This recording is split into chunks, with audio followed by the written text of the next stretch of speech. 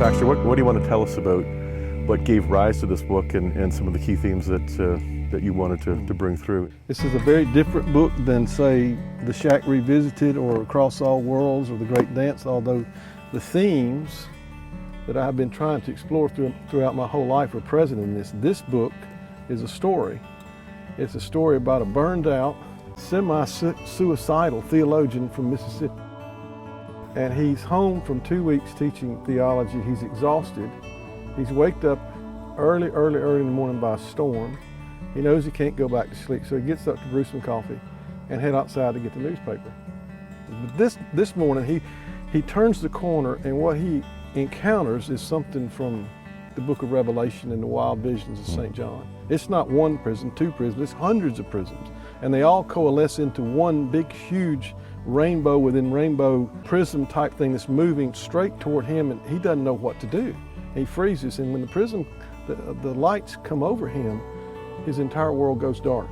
It turns out that the prisms is the Holy Spirit. And the Holy Spirit has taken Aidan from the year 2013 back to somewhere around the year 90 AD. And he has landed on the Isle of Patmos. And the old man is the Apostle John. And once he begins to believe that this is real, Aidan's got like 50,000 questions, mostly academic, mostly theological, about the Gospel of John and about the guys, the disciples of Jesus, about Jesus. Got questions about the book of Revelation. But John has been sent back, invited back to Patmos by Jesus on a mission. Aidan has no clue that he's the mission. But this dear brother is going to lead Aidan into encounters with the Holy Spirit and with Jesus in heaven, and then see the Father face to face through Jesus' eyes.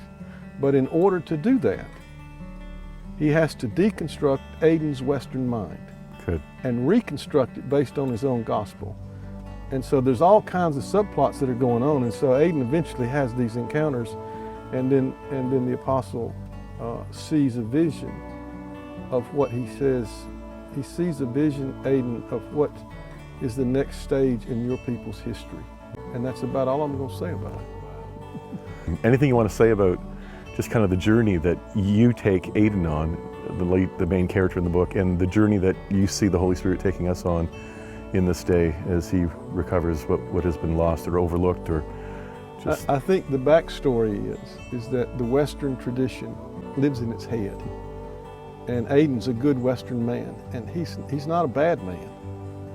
He just cannot connect what he reads in the New Testament with experience. He can explain a lot of it. He can explain history, but we're talking about experience. And John is not interested in the least bit in the intellectualizing of the gospel. He's very fascinated, John is, in what happened. Tell me about the churches. So there's this back and forth between Aidan trying to inform him on 2,000 years of history, but at the same time, Aidan's like, I don't want to talk about that, I don't want to talk.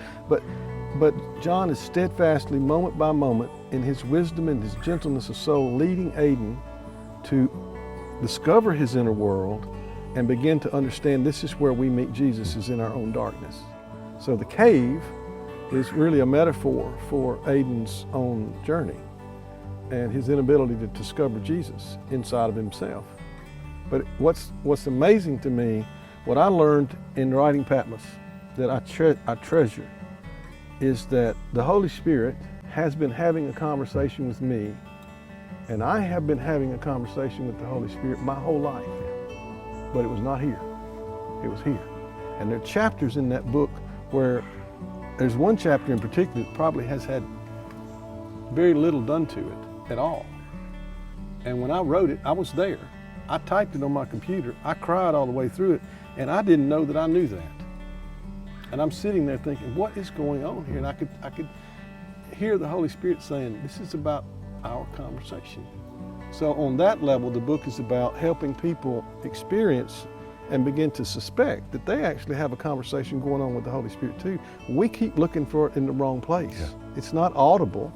It's not rational here. It's in our heart. It's the unspeakable communion of the Father, Son, and Spirit inside of you that's seeking to express itself in an infinite variety of ways through each human being in community, in relationship, forming the kingdom of the Trinity right here on earth in our time. And we're right in the middle of this. And Most people, I think, are like Aiden. They really have no clue about what's really going on. And that's certainly where he represents me in my journey. I've seen these things theologically, but experiencing them is what we're after. Yeah. So it's a remarkable journey in that sense.